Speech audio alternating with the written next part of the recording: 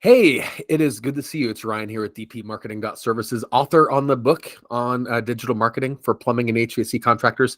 Also the host of Blue Collar CEO, which you should check out right now if you haven't already subscribed to that podcast. But good to see you. Thanks for stopping by. Hey, coming into the video to try to help solve some headaches before they become a headache. So if you're like most plumbing, HVAC, home service companies, you probably know the importance of your Google My Business, your Google business profile page. And you know that those things always need to be up to date with your latest business information. Now, we've done other videos before about like how to optimize them and how to do all the things so that you can actually get better visibility of the maps. But for this video, I'm going to try to solve a problem that a lot of you run into, not realizing that it's actually something that can happen. And that is how to avoid a suspended listing on Google My Business. Okay. So first, if you're not aware, Google My Business is a free platform. It's Google Business Profile now, but I still have old habits and years of unlearning to do. And it's a great tool that your customers can find you. They can interact with your business. They can find out information about services. You can connect with them with posts. It's a great tool that is available for free. Even though it is a free tool, and even though it's built by the largest company on the planet, or at least one of them, it is still surprisingly buggy sometimes. That requires some finessing. So if you're needing to update your profile, maybe you rebranded, you have a new name, you have a new logo, maybe you're adding a tracking number for so you can track phone calls in your FSM or CRM. Maybe you just moved office locations and need to change that, or hours, whatever it is. Watch this video first, because more likely than not, it's going to save you some problems.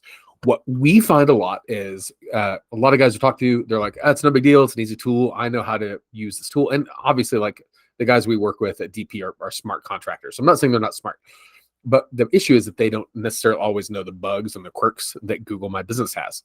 So here's quirk number one. When you need to make a change, make only that one change. So many times I see guys go in there and they're like, they update their hours and they add some services and maybe they add a tracking number or this or that. More often than not, when you make a lot of changes like that, you'll submit it into verification and Google will suspend the listing or have some sort of flag that you'll have to overcome. If your Google business profile is a big source of leads for you, that will be a painful downtime while you're waiting on Google to re-verify. It's totally possible to re-verify. But it's going to be a pain in the butt having that impact on your maps ranking, on your call volume. So when possible, only make one change at a time, save it, and then come back a couple days later to do the next round of changes. Always do one change at a time, no more. The second thing you're going to make sure you do is make sure that if it's something that involves a physical location, a rebrand, your office address, something like that, always get photo evidence of those things before you start the process. Over the past couple of years, Google has increased its verification standards and knows that plumbing, HVAC, electrical, locksmiths, these are sometimes enhanced validation or secondary validation industries, which means that they're going to ask for more documentation potentially if there's a problem. So even if you feel like, hey, the change you made was no big deal, because you might be in that lane, Google might make it more difficult for you than necessary. So it makes it a whole lot easier if you have photos of those things in advance. So if you just moved office addresses, awesome.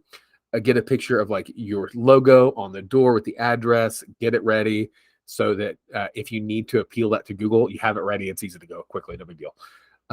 Same things if you rebrand, get like photos of the letterhead of like maybe your documents to the state where you get your DBA or your new LLC name. Like just make sure you have all that documentation in one place and expect to have to deal with something. If you expect you have to deal with something, you prep for it in advance. It's usually much easier to resolve. So that's the second thing. The third thing is I am a believer in changing your Google My Business information last. And here's what I mean. Let's say your company rebranded and it's small. Maybe you're a plumbing shop and you just brought on electrical. Awesome. Good for you. So now you have another trade. But because of that, you're going to change your name from Timmy's Plumbing to Timmy's Home Service Company. Right? Modest, no big deal. Awesome. The instinct a lot of people run into, and you'll probably think this way too, is, well, I need to make sure my customers know. I need to make sure Google knows. Let's update Google My Business. Here's the deal. There are both automated and manual review processes with Google My Business that if any of those triggers are not met, your business will not be validated. It will be suspended. So even if you change your name to Timmy's Home Services and add in your whole electrical category, if any of the automated filters or the manual filters, like the human checking things out, if either one of them get fishy, your whole profile's down, even though it's legit, even though you did everything right. So instead, you're going to want to make sure you update that information everywhere else. So you're going to make sure your website, your social media, if you have a BBB, like all these places where your business exists, you're going to want to make sure that that information is up to date and current. If you use a service to aggregate your listings on various directories, so this could be things like Yext or Birdeye, things like that. Bright Local would be another. You want to make sure you do all those first also. You want to basically give all the digital breadcrumbs to Google that this change is legit. So if any manual or automated review process happens, they see that same information everywhere else. So that's going to be a really important thing. So I would say those three things are some of the most biggest headaches we have. So I'm actually going to show you real quick. This is our profile.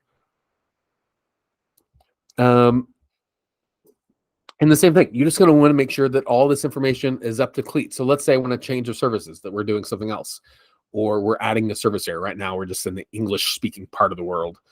Any sort of like dates you're closed. You just want to make sure when you do these things that you just do one at a time. Okay. Do it, save it, come back a couple days later, and then do another round of changes. Yes, it's annoying. But if your business profile goes down and you have to jump through some hoops, sometimes it's devastating for businesses. We've had clients who they'll make changes, they'll be a little bit reckless. Google throws up the suspension, and then when it goes in suspension, the clients keep changing things, trying to get it back. It just makes things more complicated. Be patient, go slow, be methodical, because the last thing you want is a 60 or a 90-day review process just to get that stuff done. So I would love to hear from you to see if this is helpful. Hopefully, if you do these things, if you go slow, if you document the things in advance, do one thing at a time, make sure that Google My Business profile is the last thing you change, not the first. Hopefully, it'll save a lot of headaches. It should probably solve 95% of the headaches that people have when they're trying to make changes on their GMB and keep you from going into suspension. So I hope this is helpful. I would love to hear from you. Leave a comment below. Have you had to go through suspension? What was that like? I'd like to see your stories too. As always, guys, follow us on Facebook, subscribe on YouTube, and we'll see you next time.